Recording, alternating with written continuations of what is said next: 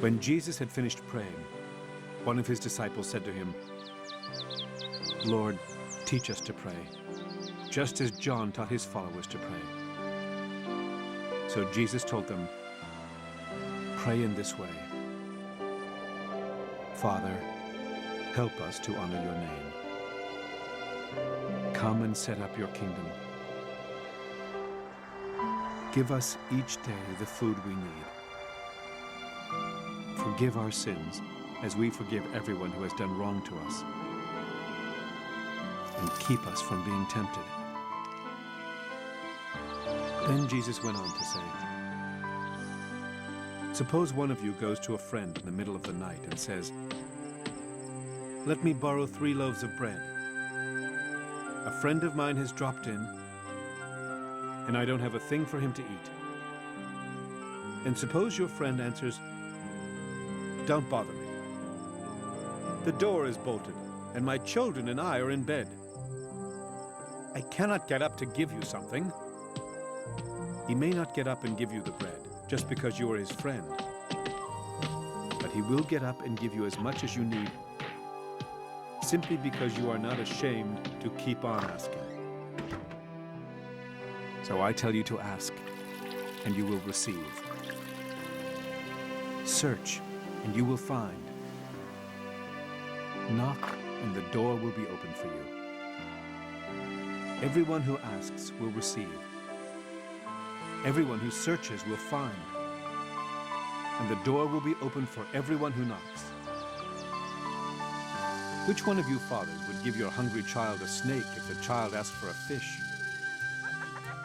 Which one of you would give your child a scorpion if the child asked for an egg? As bad as you are, you still know how to give good gifts to your children. But your heavenly Father is even more ready to give the Holy Spirit to anyone who asks." Jesus forced a demon out of a man who could not talk.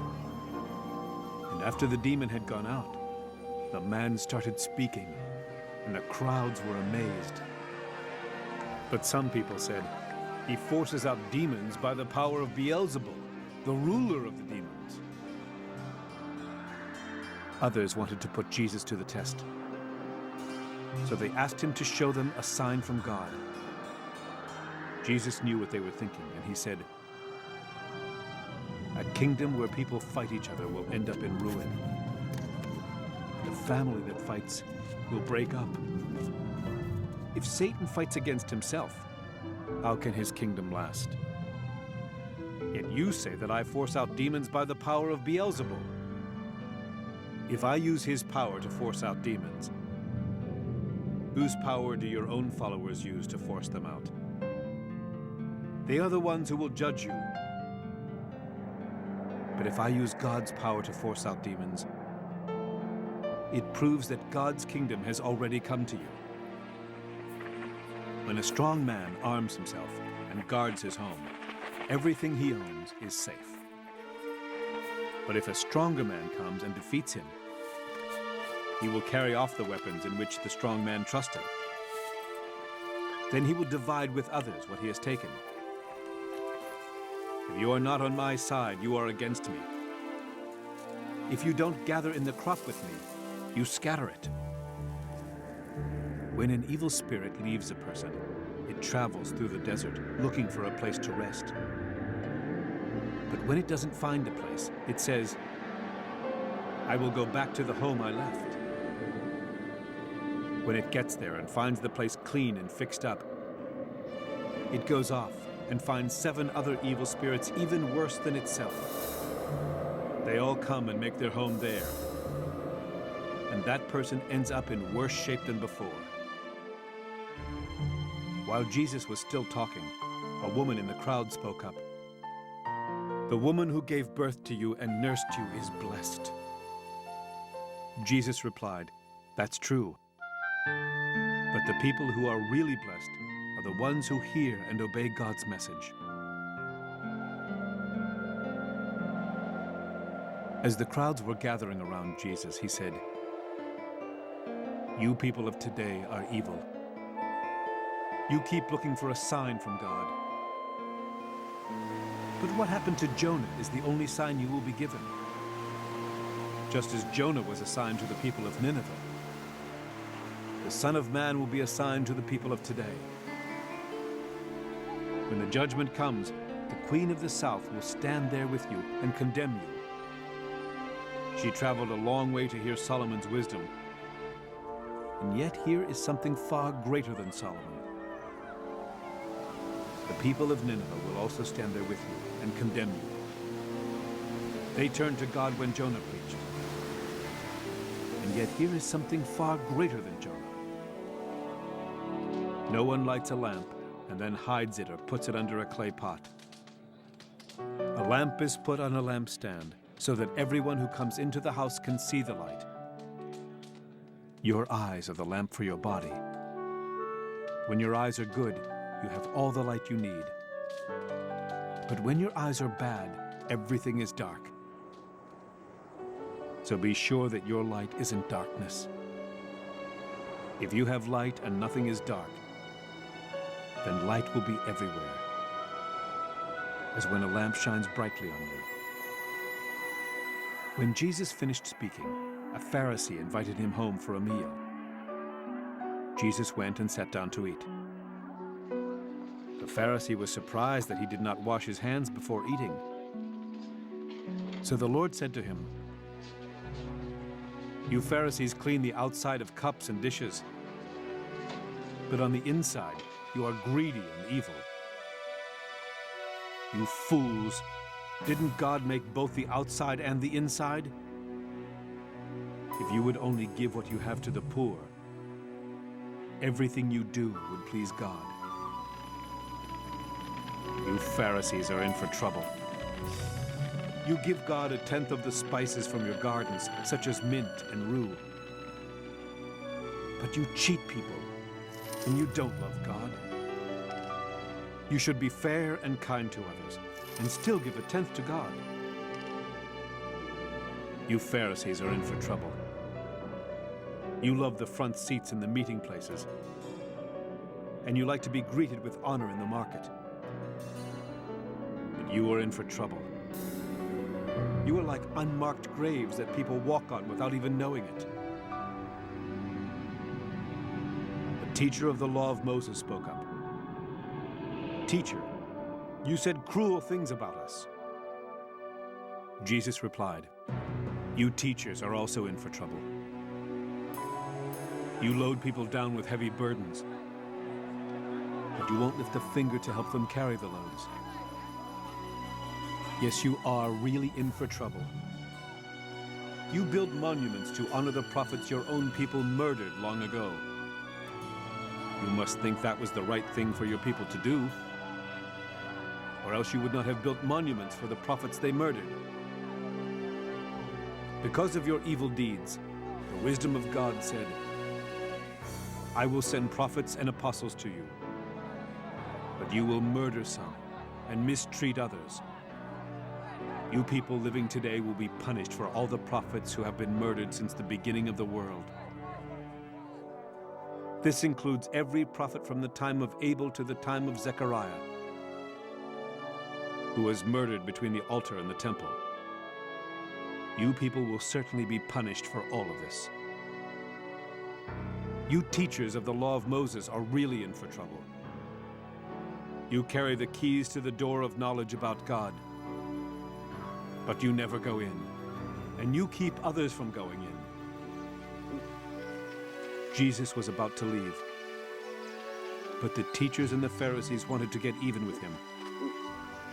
They tried to make him say what he thought about other things, so that they could catch him saying something wrong.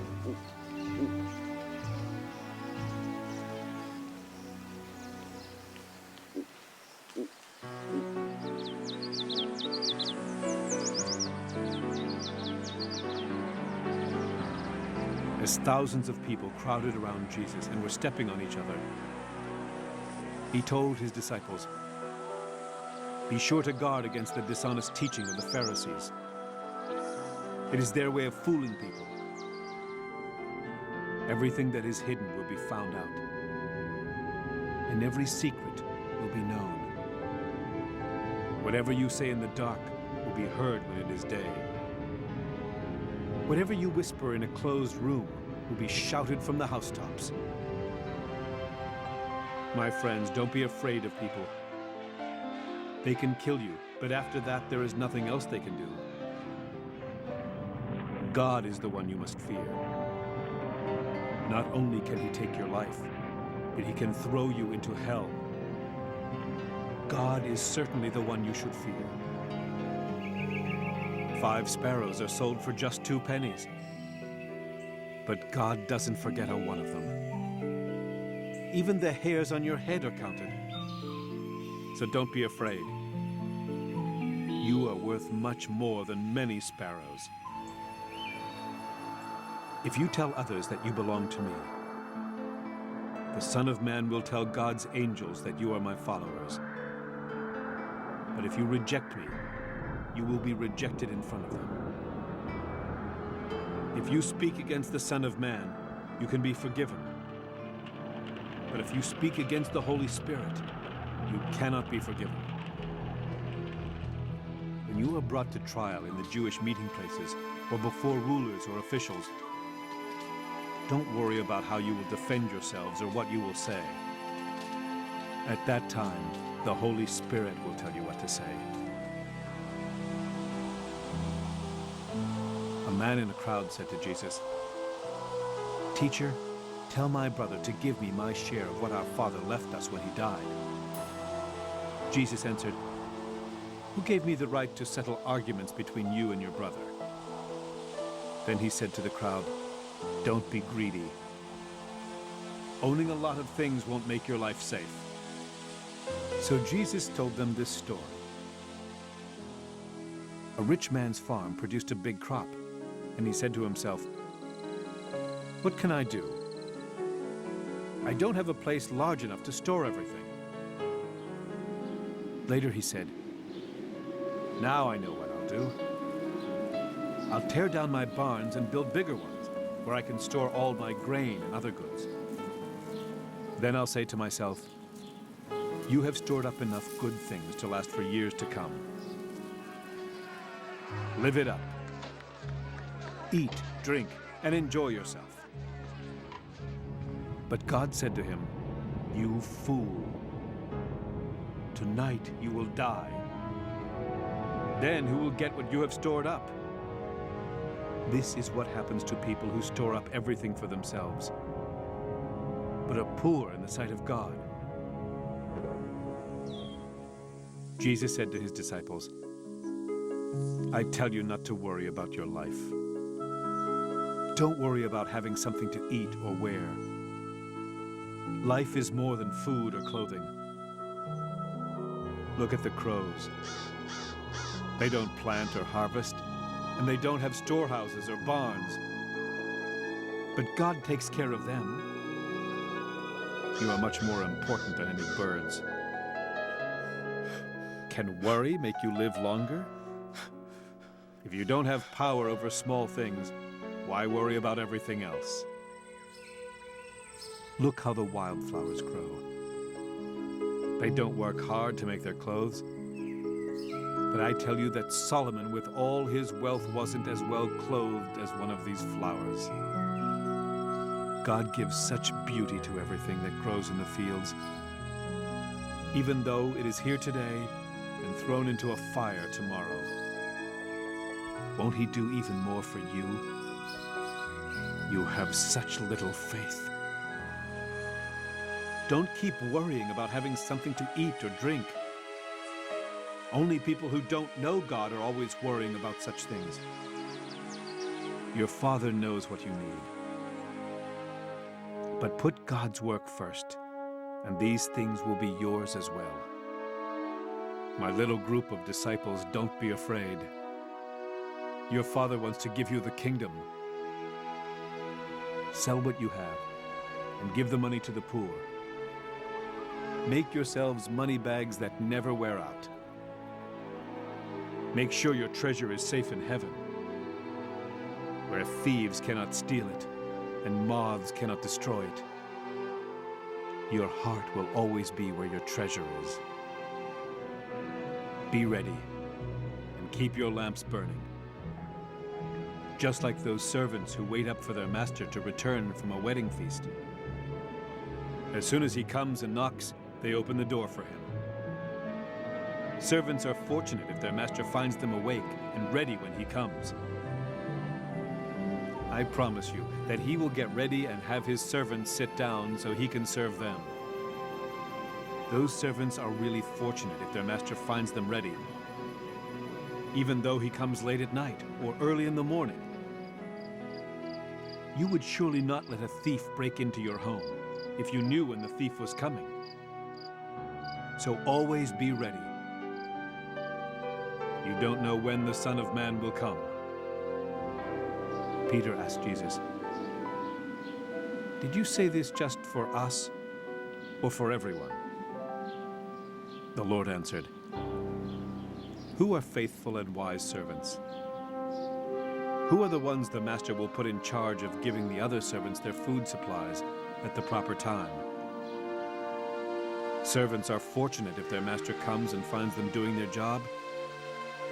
A servant who is always faithful will surely be put in charge of everything the master owns. But suppose one of the servants thinks that the master won't return until late. Suppose that servant starts beating all the other servants and eats and drinks and gets drunk. If that happens, the master will come on a day and at a time when the servant least expects him. That servant will then be punished and thrown out with the servants who cannot be trusted. If servants are not ready or willing to do what their master wants them to do, they will be beaten hard. But servants who don't know what their master wants them to do will not be beaten so hard for doing wrong. If God has been generous with you, he will expect you to serve him well. But if he has been more than generous, he will expect you to serve him even better. I came to set fire to the earth, and I wish it were already on fire. I am going to be put to a hard test, and I will have to suffer a lot of pain until it is over. Do you think that I came to bring peace to earth? No, indeed. I came to make people choose sides.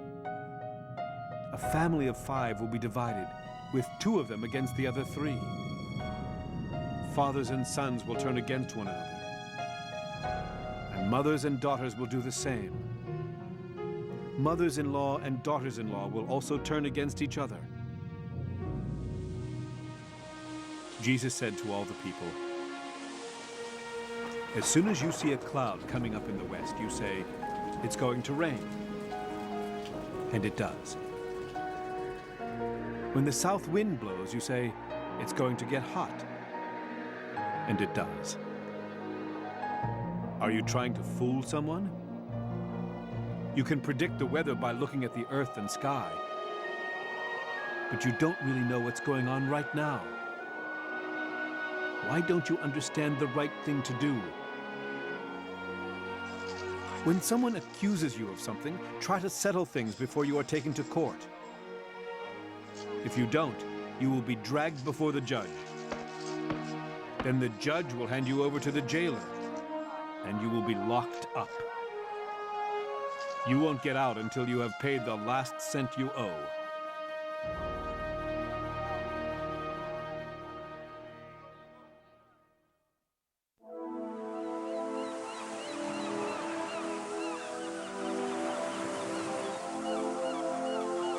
About this same time, Jesus was told that Pilate had given orders for some people from Galilee to be killed while they were offering sacrifices.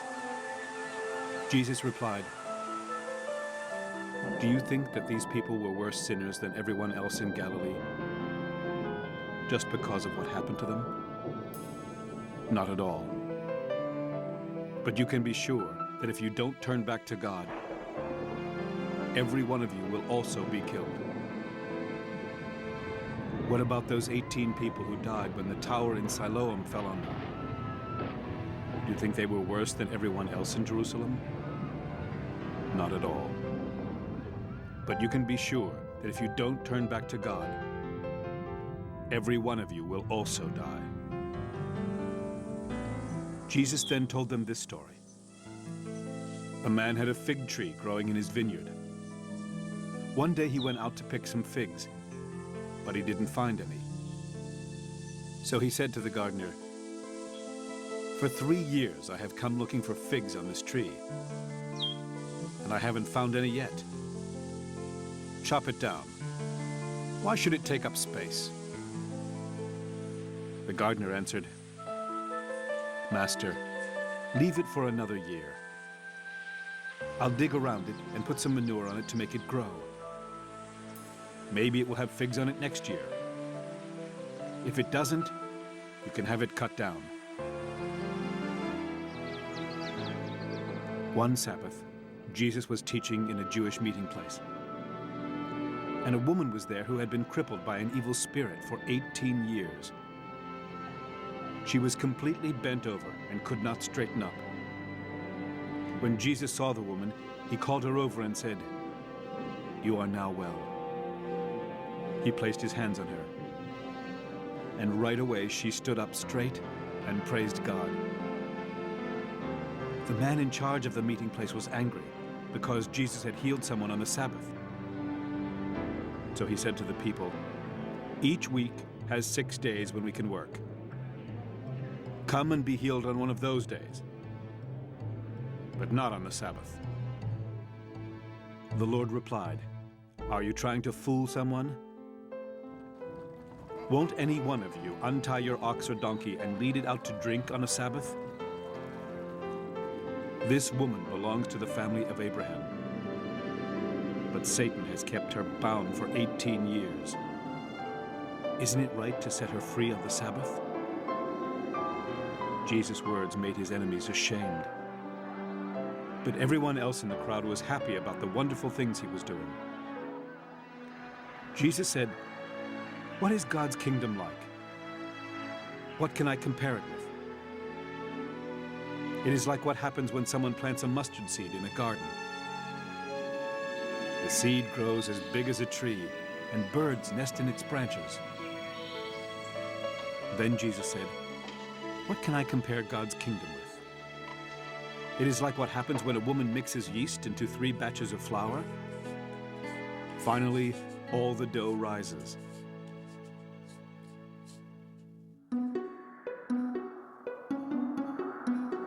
As Jesus was on his way to Jerusalem, he taught the people in the towns and villages. Someone asked him, "Lord, are only a few people going to be saved?"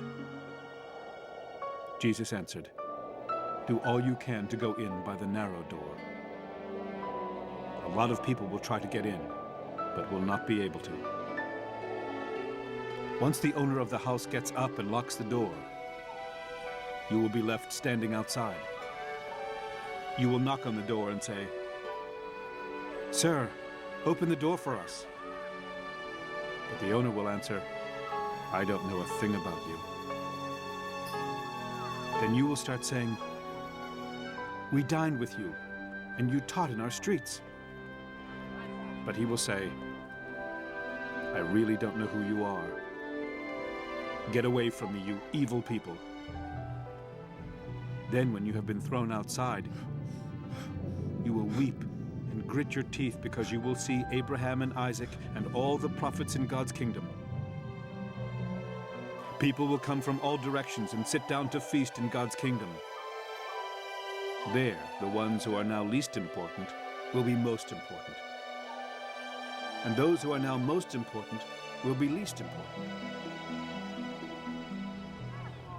At that time, some Pharisees came to Jesus and said, "You had better get away from here.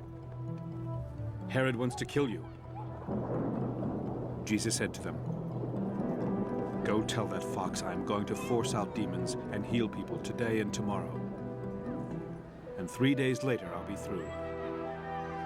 But I'm going on my way today and tomorrow and the next day. After all, Jerusalem is the place where prophets are killed. Jerusalem, Jerusalem, your people have killed the prophets and have stoned the messengers who were sent to you.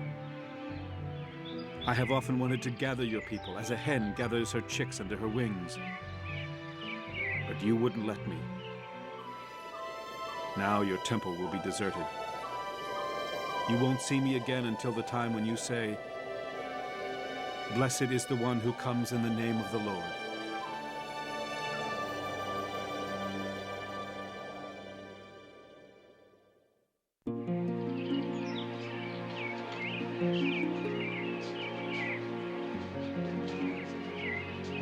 One Sabbath, Jesus was having dinner in the home of an important Pharisee, and everyone was carefully watching Jesus.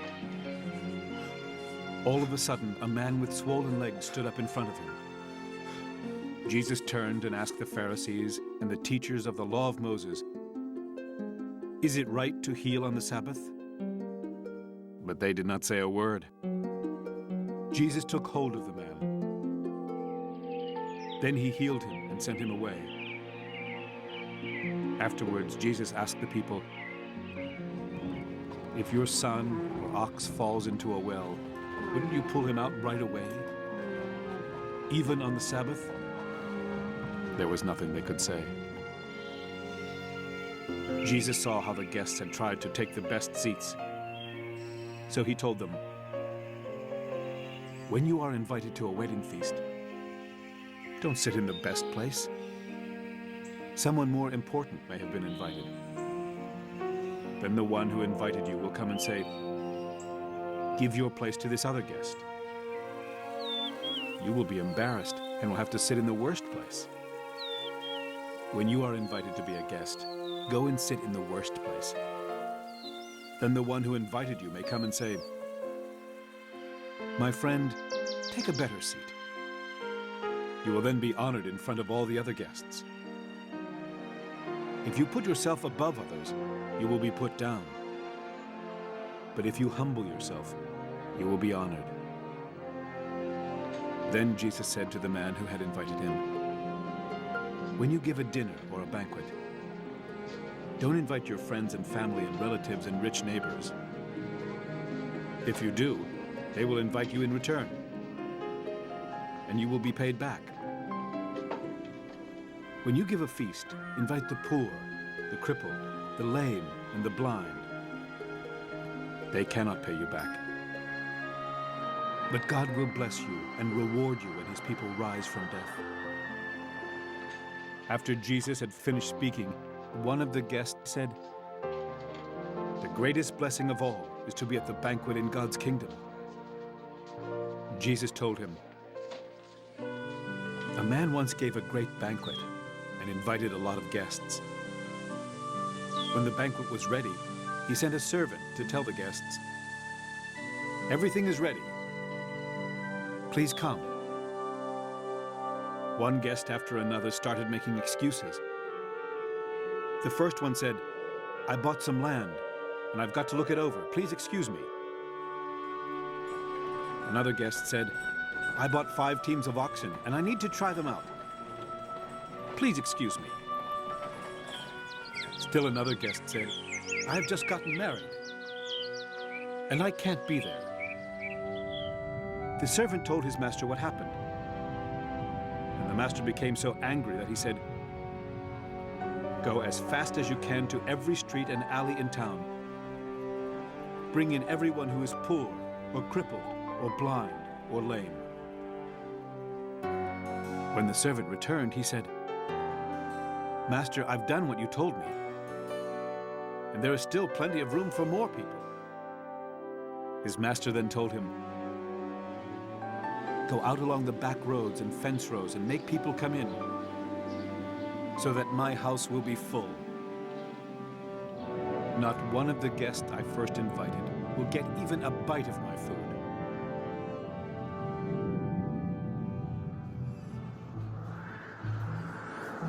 Large crowds were walking along with Jesus when he turned and said, "You cannot be my disciple unless you love me more than you love your father and mother, your wife and children, and your brothers and sisters. You cannot come with me unless you love me more than you love your own life. You cannot be my disciple unless you carry your own cross and come with me. Suppose one of you wants to build a tower. What is the first thing you will do? Won't you sit down and figure out how much it will cost? And if you have enough money to pay for it? Otherwise, you will start building the tower, but not be able to finish. Then everyone who sees what is happening will laugh at you. They will say, "You started building, but could not finish the job." What will a king do if he has only 10,000 soldiers to defend himself against a king who is about to attack him with 20,000 soldiers? Before he goes out to battle, won't he first sit down and decide if he can win? If he thinks he won't be able to defend himself, he will send messengers and ask for peace, while the other king is still a long way off. So then you cannot be my disciple unless you give away everything you own. Salt is good, but if it no longer tastes like salt, how can it be made to taste salty again? It is no longer good for the soil or even for the manure pile. People simply throw it out. If you have ears, pay attention.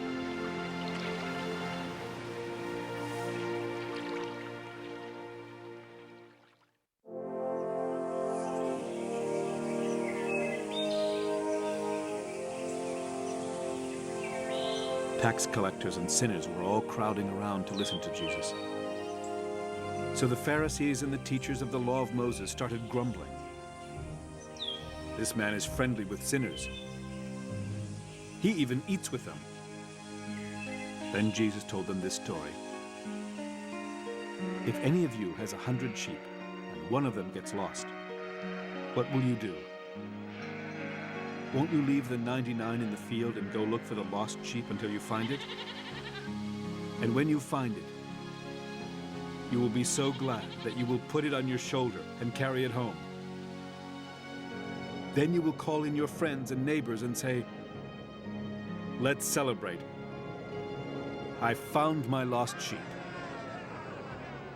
Jesus said, "In the same way, there is more happiness in heaven because of one sinner who turns to God than over 99 good people who don't need to." Jesus told the people another story. "What will a woman do if she has 10 silver coins and loses one of them?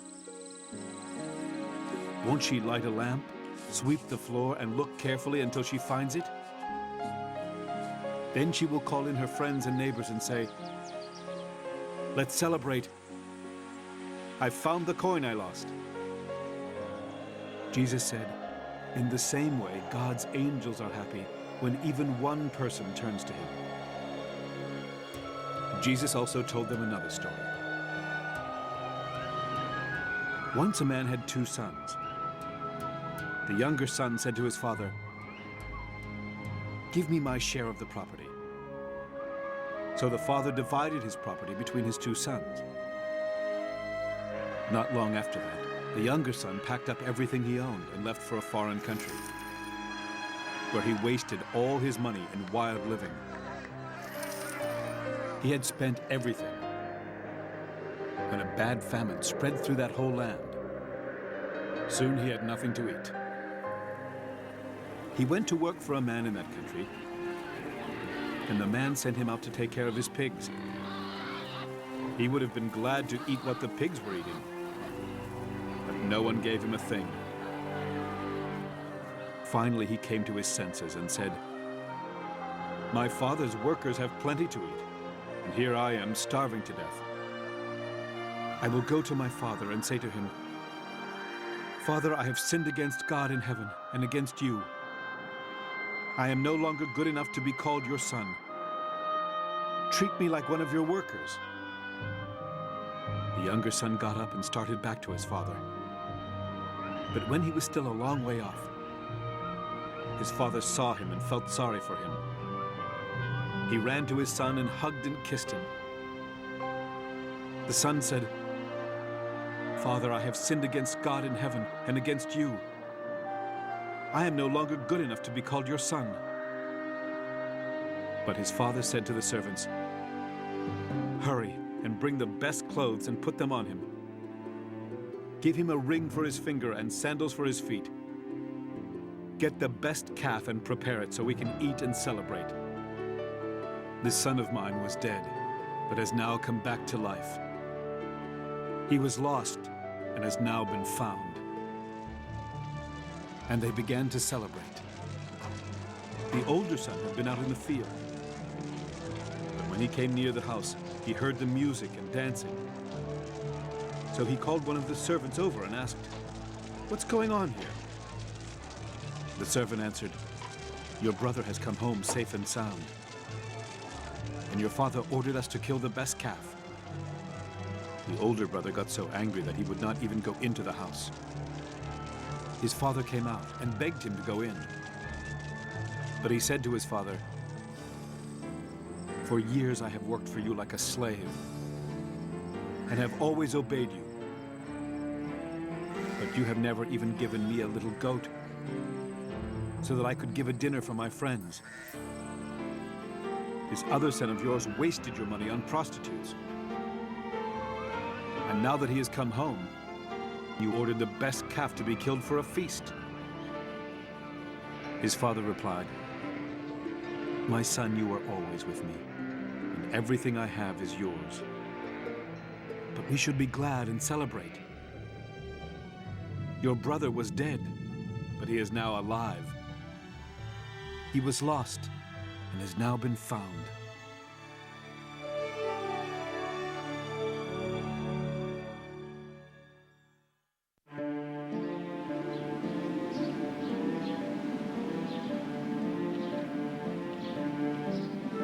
Jesus said to his disciples, "A rich man once had a manager to take care of his business. But he was told that his manager was wasting money. So the rich man called him in and said, 'What is this I hear about you? Tell me what you have done. You are no longer going to work for me.' The manager said to himself, 'What shall I do now that my master is going to fire me? I can't dig ditches, and I am ashamed to beg. I know what I'll do, so that people will welcome me into their homes after I've lost my job.' Then one by one, he called in the people who were in debt to his master. He asked the first one, 'How much do you owe my master?' 100 barrels of olive oil,' the man answered. So the manager said, 'Take your bill and sit down and quickly write 50. The manager asked someone else who was in debt to his master, 'How much do you owe?' 1,000 bushels of wheat,' the man replied. The manager said, 'Take your bill and write 800. The master praised his dishonest manager for looking out for himself so well. That's how it is. The people of this world look out for themselves better than the people who belong to the light. My disciples, I tell you to use wicked wealth to make friends for yourselves. Then when it is gone, you will be welcomed into an eternal home. Anyone who can be trusted in little matters can also be trusted in important matters. But anyone who is dishonest in little matters will be dishonest in important matters. If you cannot be trusted with this wicked wealth, who will trust you with true wealth? And if you cannot be trusted with what belongs to someone else, who will give you something that will be your own? You cannot be the slave of two masters. You will like one more than the other, or be more loyal to one than to the other. You cannot serve God and money. The Pharisees really loved money. So when they heard what Jesus said, they made fun of him. But Jesus told them, "You are always making yourselves look good. But God sees what is in your heart. The things that most people think are important are worthless as far as God is concerned." Until the time of John the Baptist, people had to obey the law of Moses and the books of the prophets. But since God's kingdom has been preached, everyone is trying hard to get in. Heaven and earth will disappear before the smallest letter of the law does. It is a terrible sin for a man to divorce his wife and marry another woman. It is also a terrible sin for a man to marry a divorced woman.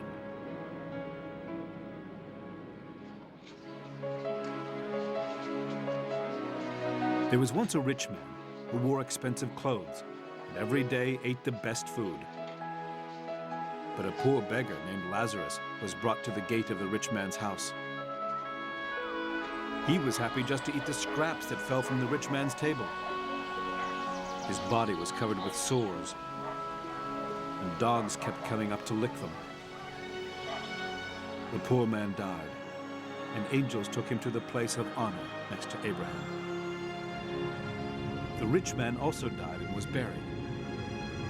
He went to hell and was suffering terribly. When he looked up and saw Abraham far off and Lazarus at his side, he said to Abraham, "Have pity on me. Send Lazarus to dip his finger in water and touch my tongue. I'm suffering terribly in this fire."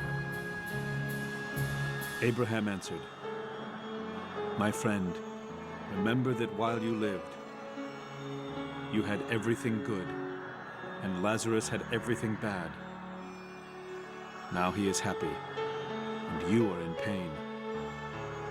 And besides, there is a deep ditch between us, and no one from either side can cross over." But the rich man said, "Abraham, then please send Lazarus to my father's home. Let him warn my 5 brothers so they won't come to this horrible place." Abraham answered, "Your brothers can read what Moses and the prophets wrote. They should pay attention to that." Then the rich man said, "No, that's not enough. If only someone from the dead would go to them, they would listen and turn to God." So Abraham said, "If they won't pay attention to Moses and the prophets, they won't listen even to someone who comes back from the dead."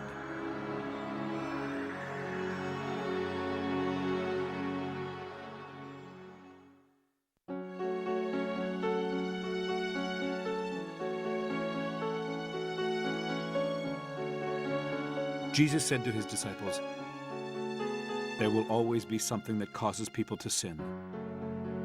But anyone who causes them to sin is in for trouble. A person who causes even one of my little followers to sin would be better off thrown into the ocean with a heavy stone tied around their neck.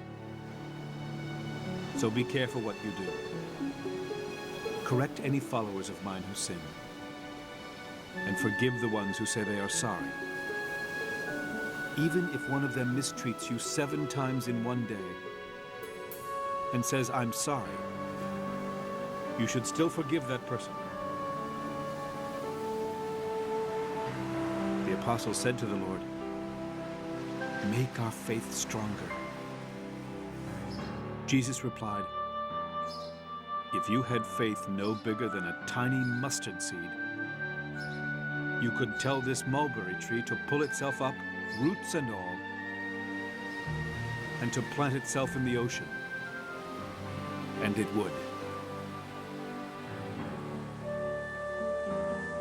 If your servant comes in from plowing or from taking care of the sheep, would you say, "Welcome, come on in and have something to eat"? No, you wouldn't say that. You would say, "Fix me something to eat. Get ready to serve me so I can have my meal. Then later on you can eat and drink." Servants don't deserve special thanks for doing what they are supposed to do. And that's how it should be with you. When you've done all you should, then say, "We are merely servants, and we have simply done our duty." On his way to Jerusalem, Jesus went along the border between Samaria and Galilee. As he was going into a village, 10 men with leprosy came toward him. They stood at a distance and shouted, "Jesus, Master, have pity on us." Jesus looked at them and said,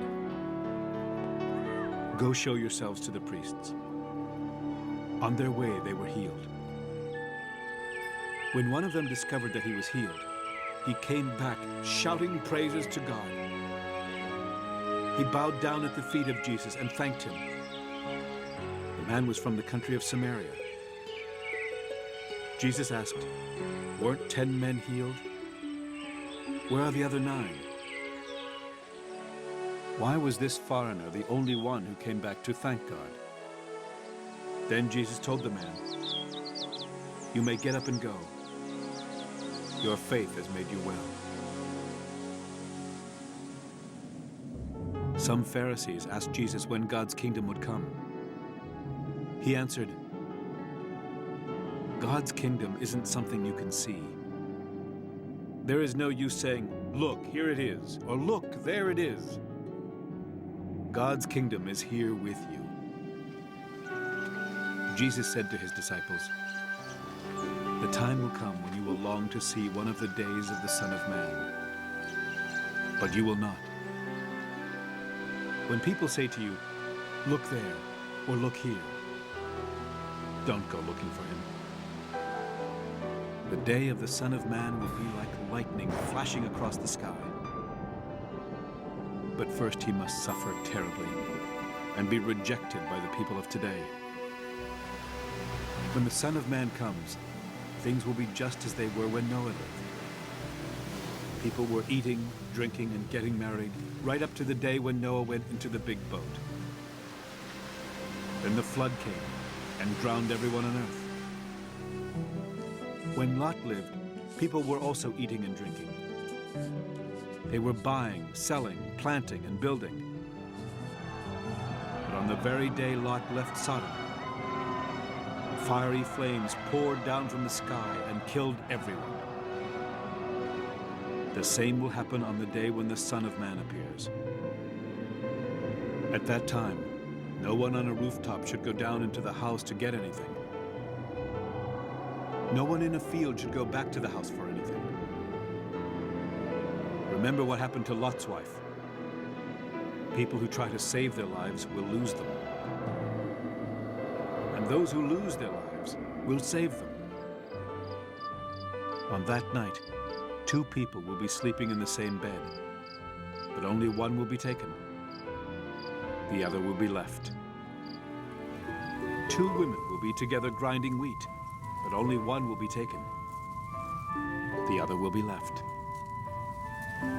Then Jesus' disciples spoke up, "But where will this happen, Lord?" Jesus said, "Where there is a corpse, there will always be buzzards."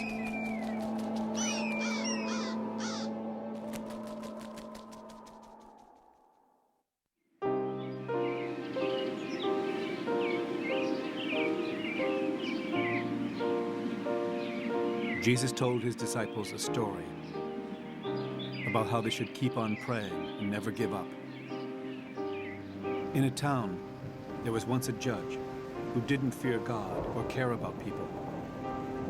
In that same town, there was a widow who kept going to the judge and saying, "Make sure that I get fair treatment in court."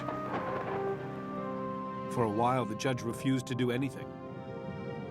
Finally, he said to himself, "Even though I don't fear God or care about people, I will help this widow because she keeps on bothering me. If I don't help her, she will wear me out."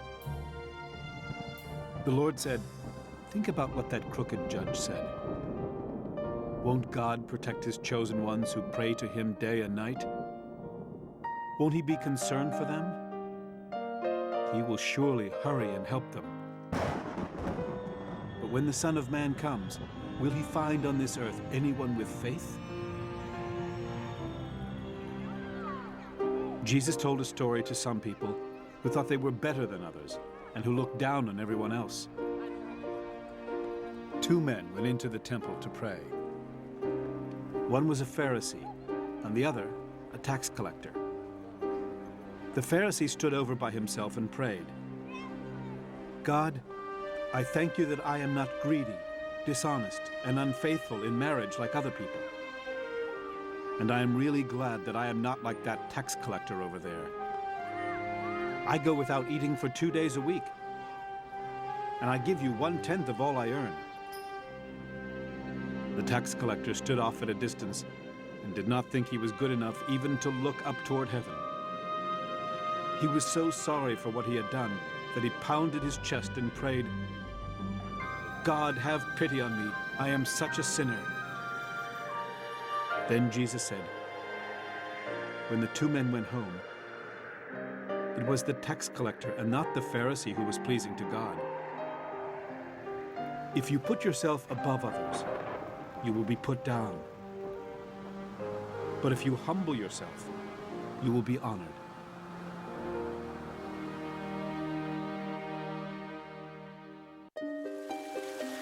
Some people brought their little children for Jesus to bless. But when his disciples saw them doing this, they told the people to stop bothering him. So Jesus called the children over to him and said, "Let the children come to me. Don't try to stop them. People who are like these children belong to God's kingdom.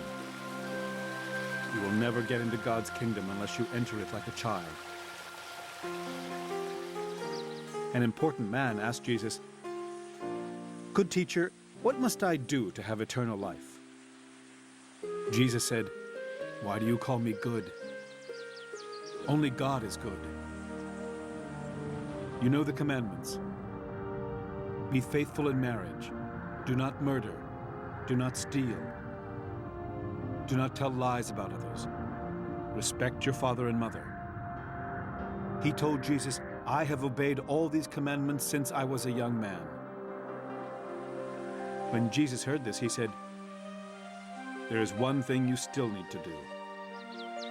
Go and sell everything you own. Give the money to the poor, and you will have riches in heaven. Then come and be my follower." When the man heard this, he was sad, because he was very rich. Jesus saw how sad the man was, so he said, "It's terribly hard for rich people to get into God's kingdom. In fact, it's easier for a camel to go through the eye of a needle than for a rich person to get into God's kingdom." When the crowd heard this, they asked, "How can anyone ever be saved?" Jesus replied, "There are some things that people cannot do, but God can do anything." Peter said, "Remember, we left everything to be your followers." Jesus answered, "You can be sure that anyone who gives up home or wife, or brothers or family or children because of God's kingdom will be given much more in this life. And in the future world, they will have eternal life." Jesus took the 12 apostles aside and said, "We are now on our way to Jerusalem. Everything that the prophets wrote about the Son of Man will happen there. He will be handed over to foreigners who will make fun of him, mistreat him, and spit on him. They will beat him and kill him. But 3 days later, he will rise to life." The apostles did not understand what Jesus was talking about. They could not understand because the meaning of what he said was hidden from them. When Jesus was coming close to Jericho, a blind man sat begging beside the road. The man heard the crowd walking by and asked what was happening. Some people told him that Jesus from Nazareth was passing by. So the blind man shouted, "Jesus, Son of David, have pity on me." The people who were going along with Jesus told the man to be quiet. But he shouted even louder, "Son of David, have pity on me." Jesus stopped and told some people to bring the blind man over to him. When the blind man was getting near, Jesus asked, "What do you want me to do for you?" "Lord, I want to see," he answered. Jesus replied, "Look, and you will see. Your eyes are healed because of your faith." Right away, the man could see. And he went with Jesus and started thanking God. When the crowd saw what happened, they praised God.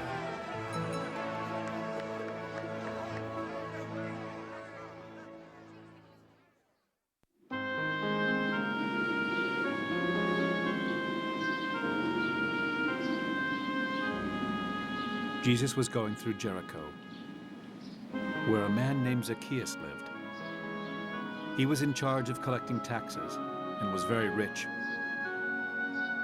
Jesus was heading his way, and Zacchaeus wanted to see what he was like. But Zacchaeus was a short man and could not see over the crowd. So he ran ahead and climbed up into a sycamore tree. When Jesus got there, he looked up and said, "Zacchaeus, hurry down. I want to stay with you today." Zacchaeus hurried down and gladly welcomed Jesus. Everyone who saw this started grumbling. "This man Zacchaeus is a sinner, and Jesus is going home to eat with him." Later that day, Zacchaeus stood up and said to the Lord, "I will give half of my property to the poor, and I will now pay back 4 times as much to everyone I have ever cheated." Jesus said to Zacchaeus, "Today you and your family have been saved, because you are a true son of Abraham. The Son of Man came to look for and to save people who are lost." The crowd was still listening to Jesus as he was getting close to Jerusalem. Many of them thought that God's kingdom would soon appear. And Jesus told them this story. A prince once went to a foreign country to be crowned king, and then to return.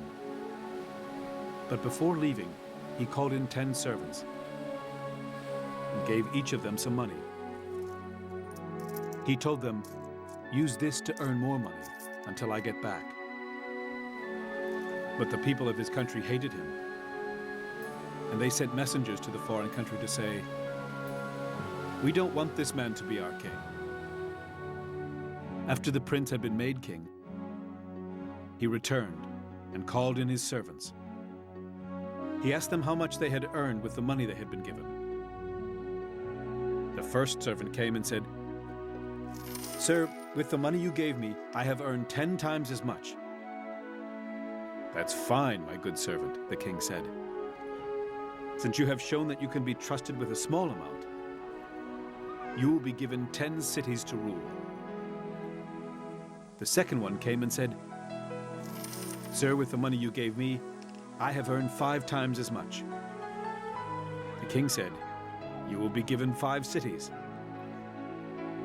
Another servant came and said, "Sir, here is your money. I kept it safe in a handkerchief. You are a hard man, and I was afraid of you. You take what isn't yours, and you harvest crops you didn't plant." "You worthless servant," the king told him. "You have condemned yourself by what you have just said. You knew that I am a hard man, taking what isn't mine and harvesting what I've not planted. Why didn't you put my money in the bank? On my return, I could have had the money together with interest." Then he said to some other servant standing there, "Take the money away from him and give it to the servant who earned 10 times as much." But they said, "Sir, he already has 10 times as much." The king replied, "Those who have something will be given more, but everything will be taken away from those who don't have anything. Now bring me the enemies who didn't want me to be their king. Kill them while I watch."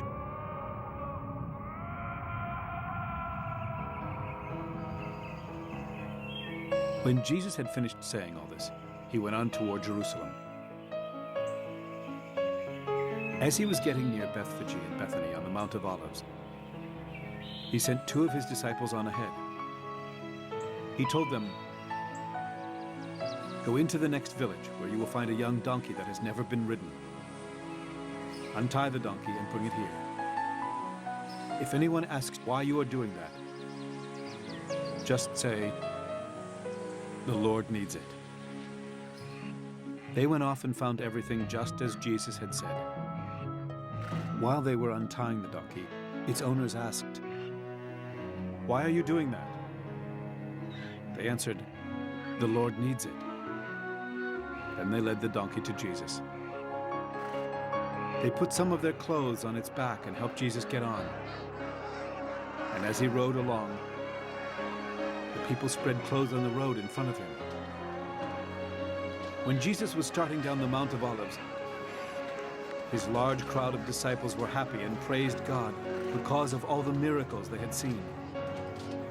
They shouted, "Blessed is the King who comes in the name of the Lord. Peace in heaven and glory to God." Some Pharisees in the crowd said to Jesus, "Teacher, make your disciples stop shouting." But Jesus answered, "If they keep quiet, these stones will start shouting."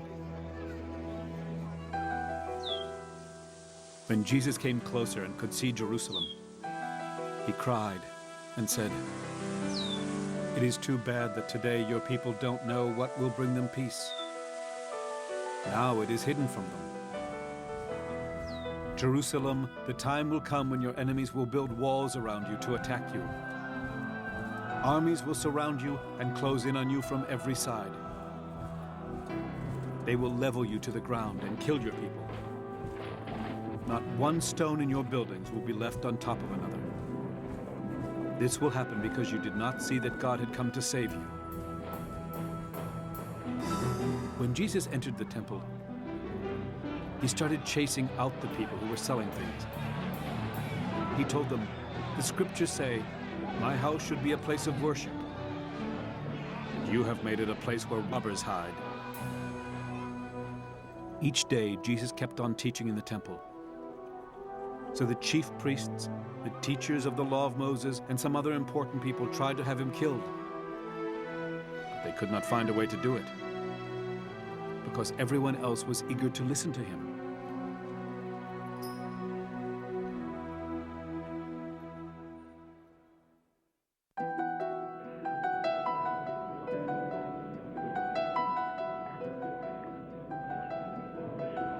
One day, Jesus was teaching in the temple and telling the good news. So the chief priests, the teachers, and the nation's leaders asked him, "What right do you have to do these things? Who gave you this authority?" Jesus replied, "I want to ask you a question. Who gave John the right to baptize? Was it God in heaven, or merely some human being?" They talked this over and said to each other, "We can't say that God gave John this right. Jesus will ask us why we didn't believe John. And we can't say that it was merely some human who gave John the right to baptize. The crowd will stone us to death because they think John was a prophet." So they told Jesus, "We don't know who gave John the right to baptize." Jesus replied, "Then I won't tell you who gave me the right to do what I do." Jesus told the people this story. A man once planted a vineyard and rented it out. Then he left the country for a long time. When it was time to harvest the crop, he sent a servant to ask the renters for his share of the grapes. But they beat up the servant and sent him away without anything. So the owner sent another servant. The renters also beat him up. They insulted him terribly and sent him away without a thing. The owner sent a third servant. He was also beaten terribly and thrown out of the vineyard. The owner then said to himself, "What am I going to do? I know what. I'll send my son, the one I love so much. They will surely respect him." When the renters saw the owner's son, they said to one another, "Someday he will own the vineyard. Let's kill him we can have it all for ourselves." So they threw him out of the vineyard and killed him. Jesus asked, "What do you think the owner of the vineyard will do?" "I'll tell you what. He will come and kill those renters and let someone else have his vineyard." When the people heard this, they said, "This must never happen." But Jesus looked straight at them and said, "Then what do the scriptures mean when they say, 'The stone that the builders tossed aside is now the most important stone of all. Anyone who stumbles over this stone will get hurt, and anyone it falls on will be smashed to pieces'?" The chief priests and the teachers of the law of Moses knew that Jesus was talking about them when he was telling the story. They wanted to arrest him right then, but they were afraid of the people. Jesus' enemies kept watching him closely because they wanted to hand him over to the Roman governor. So they sent some men who pretended to be good, but they were really spies, trying to catch Jesus saying something wrong. The spies said to him, "Teacher, we know that you teach the truth about what God wants people to do, and you treat everyone with the same respect no matter who they are. Tell us, should we pay taxes to the emperor or not?" Jesus knew that they were trying to trick him, so he told them, "Show me a coin." Then he asked, "Whose picture and name are on it?" "The emperor's," they answered. Then he told them, "Give the emperor what belongs to him, and give God what belongs to God." Jesus' enemies could not catch him saying anything wrong there in front of the people. They were amazed at his answer and kept quiet. The Sadducees did not believe that people would rise to life after death. So some of them came to Jesus and said, "Teacher, Moses wrote that if a married man dies and has no children, his brother should marry the widow. Their first son would then be thought of as the son of the dead brother. There were once 7 brothers. The first one married, but died without having any children. The second one married his brother's widow, and he also died without having any children. The same thing happened to the third one. Finally, all 7 brothers married that woman and died without having any children. At last, the woman died. When God raises people from death, whose wife will this woman be?" All 7 brothers had married her. Jesus answered, "The people in this world get married. But in the future world, no one who is worthy to rise from death will either marry or die. They will be like the angels and will be God's children because they have been raised to life." In the story about the burning bush, Moses clearly shows that people will live again. He said, "The Lord is the God worshipped by Abraham, Isaac, and Jacob." So the Lord isn't the God of the dead, but of the living. This means that everyone is alive as far as God is concerned. Some of the teachers of the law of Moses said, "Teacher, you have given a good answer." From then on, no one dared to ask Jesus any questions. Jesus asked, "Why do people say that the Messiah will be the son of King David?" In the book of Psalms, David himself says, "The Lord said to my Lord, 'Sit at my right side until I make your enemies into a footstool for you.'" David spoke of the Messiah as his Lord. So how can the Messiah be his son? While everyone was listening to Jesus, he said to his disciples, "Guard against the teachers of the law of Moses. They love to walk around in long robes, and they like to be greeted in the market. They want the front seats in the meeting places and the best seats at banquets. But they cheat widows out of their homes and then pray long prayers just to show off. These teachers will be punished most of all.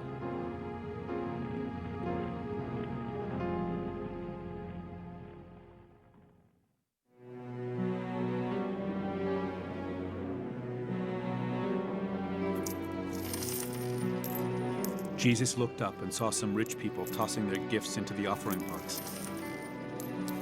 He also saw a poor widow putting in 2 pennies. And he said, "I tell you that this poor woman has put in more than all the others. Everyone else gave what they didn't need. But she is very poor and gave everything she had." Some people were talking about the beautiful stones used to build the temple, and about the gifts that had been placed in it.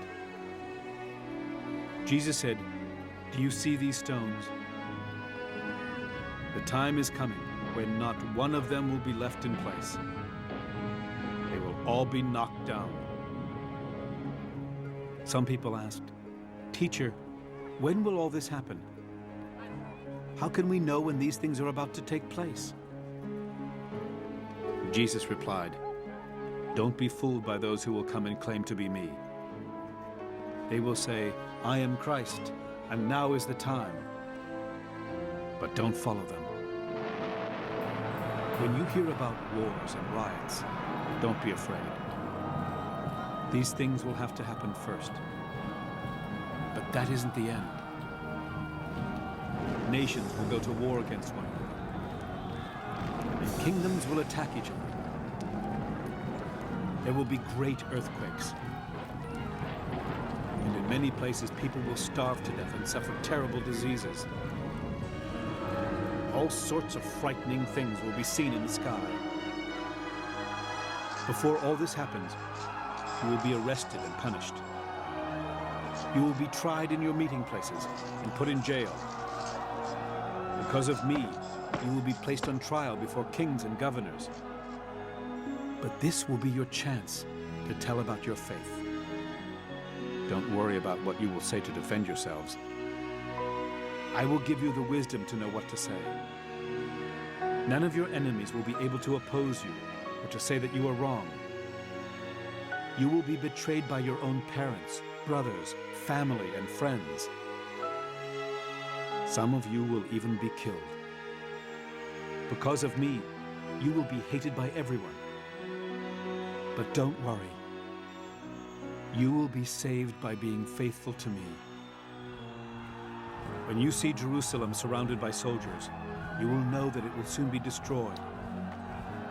If you are living in Judea at that time, run to the mountains. If you are in the city, leave it. And if you are out in the country, don't go back into the city. This time of punishment is what is written about in the scriptures. It will be an awful time for women who are expecting babies or nursing young children. Everywhere in the land, people will suffer horribly and be punished. Some of them will be killed by swords. Others will be carried off to foreign countries. Jerusalem will be overrun by foreign nations until their time comes to an end. Strange things will happen to the sun, moon, and stars. The nations on earth will be afraid of the roaring sea and tides, and they won't know what to do. People will be so frightened that they will faint because of what is happening to the world. Every power in the sky will be shaken. Then the Son of Man will be seen, coming in a cloud with great power and glory. When all of this starts happening, stand up straight and be brave. You will soon be set free. Then Jesus told them a story. When you see a fig tree or any other tree putting out leaves, you know that summer will soon come. So, when you see these things happening, you know that God's kingdom will soon be here. You can be sure that some of the people of this generation will still be alive when all of this takes place. The sky and the earth won't last forever, but my words will. Don't spend all of your time thinking about eating or drinking or worrying about life. If you do, the final day will suddenly catch you like a trap. That day will surprise everyone on earth. Watch out and keep praying that you can escape all that is going to happen, and that the Son of Man will be pleased with you. Jesus taught in the temple each day, and he spent each night on the Mount of Olives. Everyone got up early and came to the temple to hear him teach.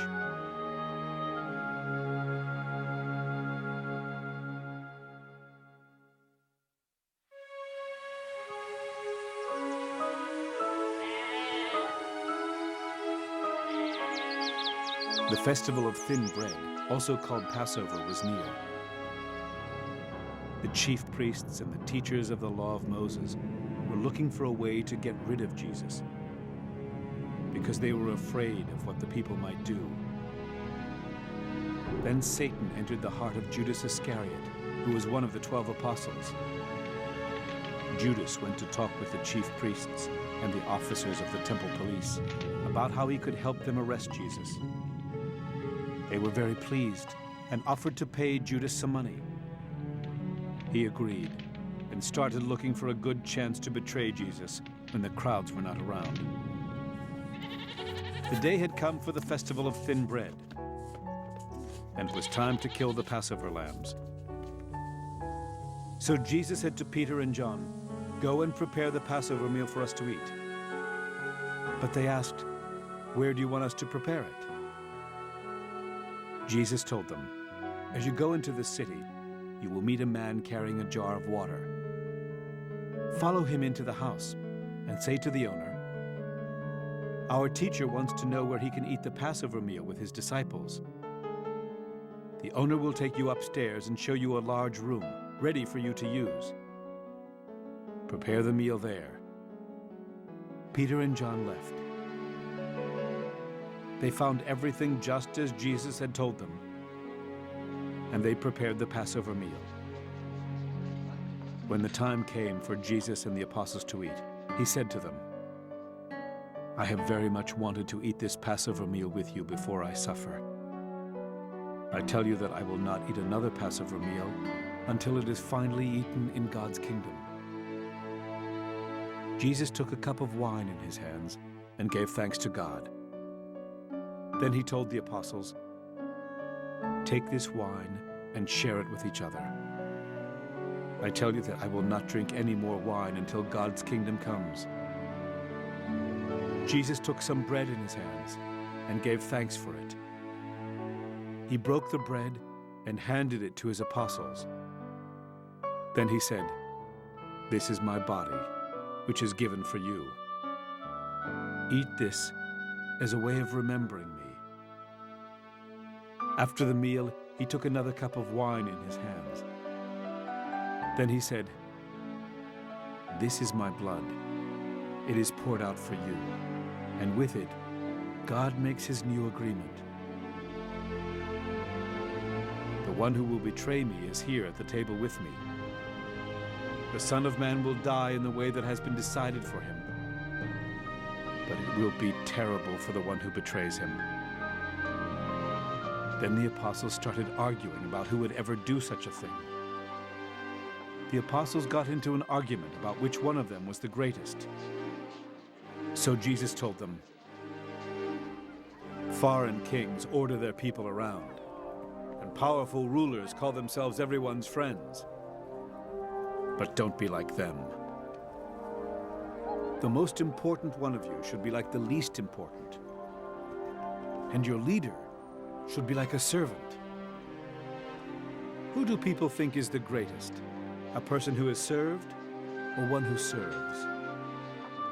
Isn't it the one who is served? But I have been with you as a servant. You have stayed with me in all my troubles. So I will give you the right to rule as kings, just as my Father has given me the right to rule as a king. You will eat and drink with me in my kingdom, and you will each sit on the throne to judge the 12 tribes of Israel." Jesus said, "Simon, listen to me. Satan has demanded the right to test each one of you, as a farmer does when he separates wheat from the husks. But Simon, I have prayed that your faith will be strong. And when you have come back to me, help the others. Peter said, Lord, I am ready to go with you to jail and even to die with you. Jesus replied, Peter, I tell you that before a rooster crows tomorrow morning, you will say 3 times that you don't know me. Jesus asked his disciples, when I sent you out without a money bag or a traveling bag or sandals, did you need anything? No, they answered. Jesus told them, but now if you have a money bag, take it with you. Also take a traveling bag. And if you don't have a sword, sell some of your clothes and buy one. Do this because the scriptures say he was considered a criminal. This was written about me, and it will soon come true. The disciples said, Lord, here are 2 swords. Enough of that, Jesus replied.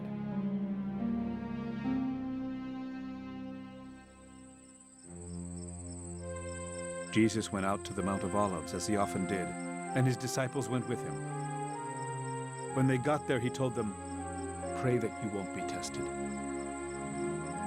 Jesus walked on a little way before he knelt down and prayed. Father, if you will, please don't make me suffer by having me drink from this cup. But do what you want, and not what I want. Then an angel from heaven came to help him. Jesus was in great pain and prayed so sincerely that his sweat fell to the ground like drops of blood. Jesus got up from praying and went over to his disciples. They were asleep and worn out from being so sad. He said to them, why are you asleep? Wake up and pray that you won't be tested. While Jesus was still speaking, a crowd came up. It was led by Judas, one of the 12 apostles. He went over to Jesus and greeted him with a kiss. Jesus asked Judas, are you betraying the Son of Man with a kiss? When Jesus' disciples saw what was about to happen, they asked, Lord, should we attack them with a sword? One of the disciples even struck at the high priest's servant with his sword and cut off the servant's right ear. Enough of that, Jesus said. Then he touched the servant's ear and healed it. Jesus spoke to the chief priests, the temple police, and the leaders who had come to arrest him. He said, why do you come out with swords and clubs and treat me like a criminal? I was with you every day in the temple, and you didn't arrest me. But this is your time, and darkness is in control. Jesus was arrested and led away to the house of the high priest, while Peter followed at a distance. Some people built a fire in the middle of the courtyard and were sitting around it. Peter sat there with them, and a servant girl saw him. Then after she had looked at him carefully, she said, this man was with Jesus. Peter said, woman, I don't even know that man. A little later, someone else saw Peter and said, you are one of them. No, I'm not, Peter replied. About an hour later, another man insisted, this man must have been with Jesus. They both come from Galilee. Peter replied, I don't know what you're talking about. Right then, while Peter was still speaking, a rooster crowed. The Lord turned and looked at Peter. And Peter remembered that the Lord had said, before a rooster crows tomorrow morning, you will say 3 times that you don't know me. Then Peter went out and cried hard. The men who were guarding Jesus made fun of him and beat him. They put a blindfold on him and said, Tell us who struck you. They kept on insulting Jesus in many other ways.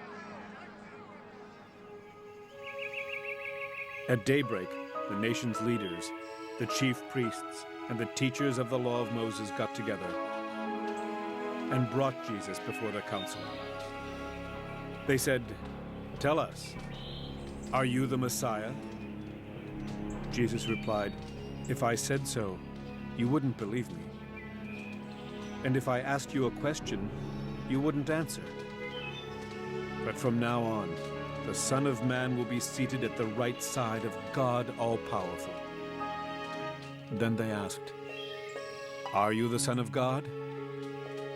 Jesus answered, "You say I am." They replied, "Why do we need more witnesses? He said it himself."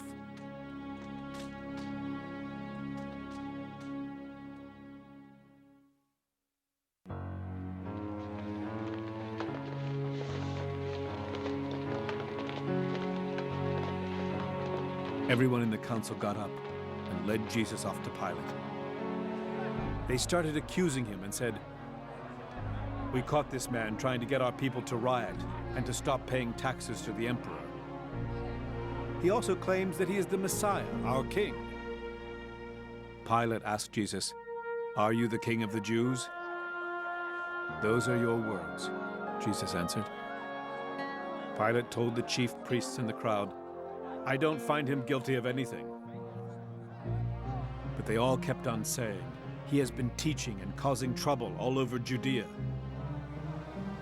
He started in Galilee and has now come all the way here." When Pilate heard this, he asked, "Is this man from Galilee?" After Pilate learned that Jesus came from the region ruled by Herod, he sent him to Herod, who was in Jerusalem at that time. For a long time, Herod had wanted to see Jesus and was very happy because he finally had this chance. He had heard many things about Jesus and hoped to see him work a miracle. Herod asked him a lot of questions, but Jesus did not answer. Then the chief priests and the teachers of the law of Moses stood up and accused him of all kinds of bad things. Herod and his soldiers made fun of Jesus and insulted him. They put a fine robe on him and sent him back to Pilate. That same day, Herod and Pilate became friends, even though they had been enemies before this.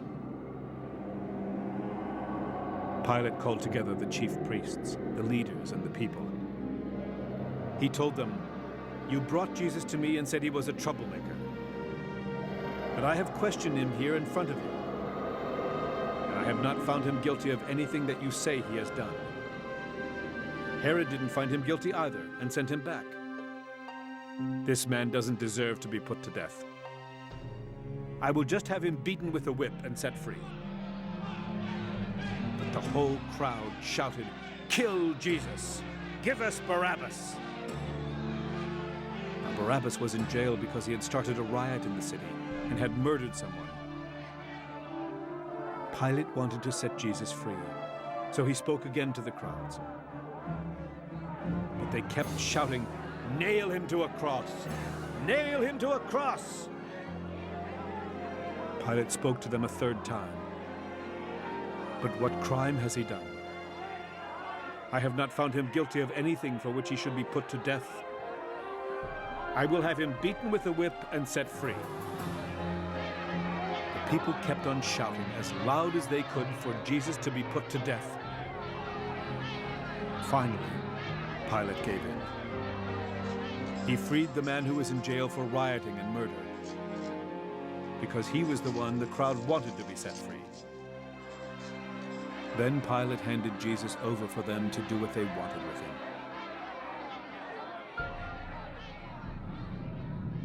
As Jesus was being led away, some soldiers grabbed hold of a man from Cyrene named Simon.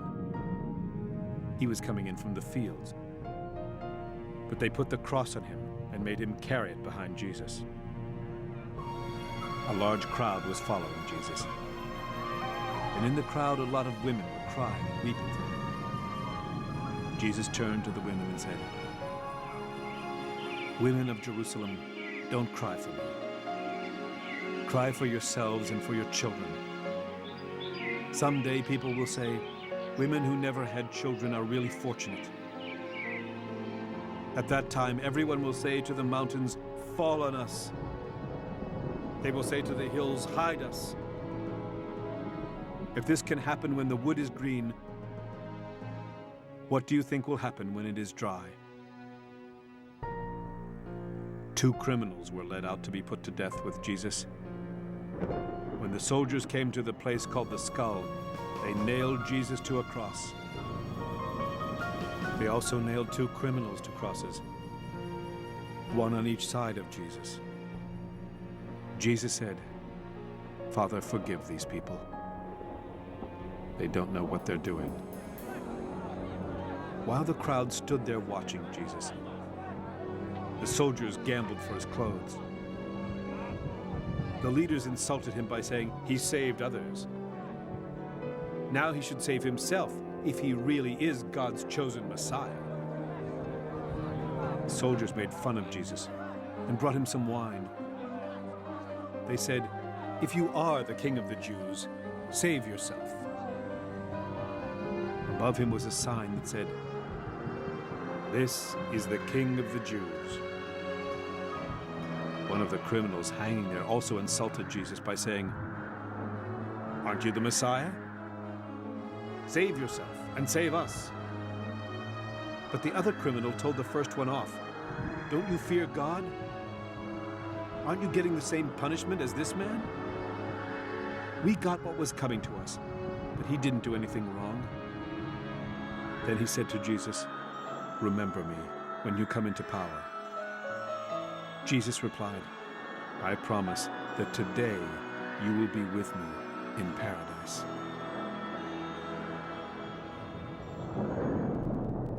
Around noon, the sky turned dark and stayed that way until the middle of the afternoon. The sun stopped shining, and the curtain in the temple split down the middle. Jesus shouted, "Father, I put myself in your hands." Then he died.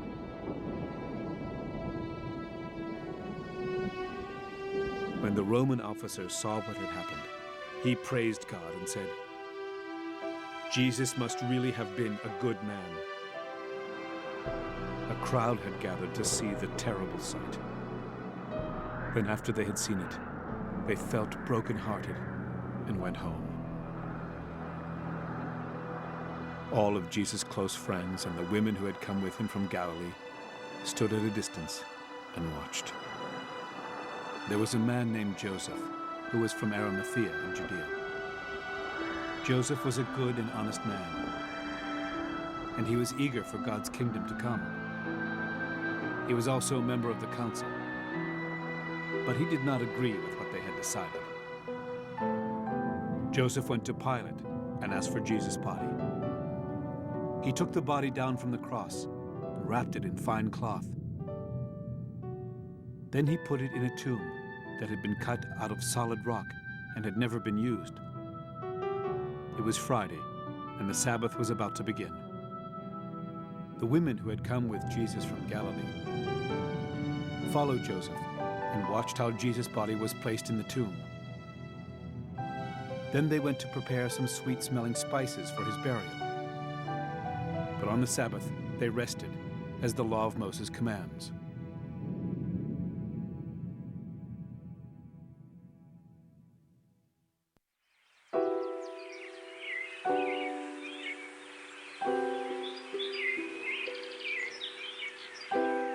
Very early on Sunday morning, the women went to the tomb, carrying the spices that they had prepared. When they found the stone rolled away from the entrance, they went in. But they did not find the body of the Lord Jesus, and they did not know what to think. Suddenly, 2 men in shining white clothes stood beside them. The women were afraid and bowed to the ground. But the men said, "Why are you looking in the place of the dead? for someone who is alive. Jesus isn't here. He has been raised from death. Remember that while he was still in Galilee, he told you the Son of Man will be handed over to sinners who will nail him to a cross. But 3 days later, he will rise to life. Then they remembered what Jesus had said. Mary Magdalene, Joanna, Mary, the mother of James, and some other women were the ones who had gone to the tomb. When they returned, they told the 11 apostles and the others what had happened. The apostles thought it was all nonsense, and they would not believe. But Peter ran to the tomb. And when he stooped down and looked in, he saw only the burial clothes. Then he returned, wondering what had happened. That same day, 2 of Jesus' disciples were going to the village of Emmaus, which was about 7 miles from Jerusalem. As they were talking and thinking about what had happened, Jesus came near and started walking along beside them. But they did not know who he was. Jesus asked them, "What were you talking about as you walked along?" The 2 of them stood there looking sad and gloomy. Then the one named Cleopas asked Jesus, "Are you the only person from Jerusalem who didn't know what was happening there these last few days?" "What do you mean?" Jesus asked. They answered, "Those things that happened to Jesus from Nazareth.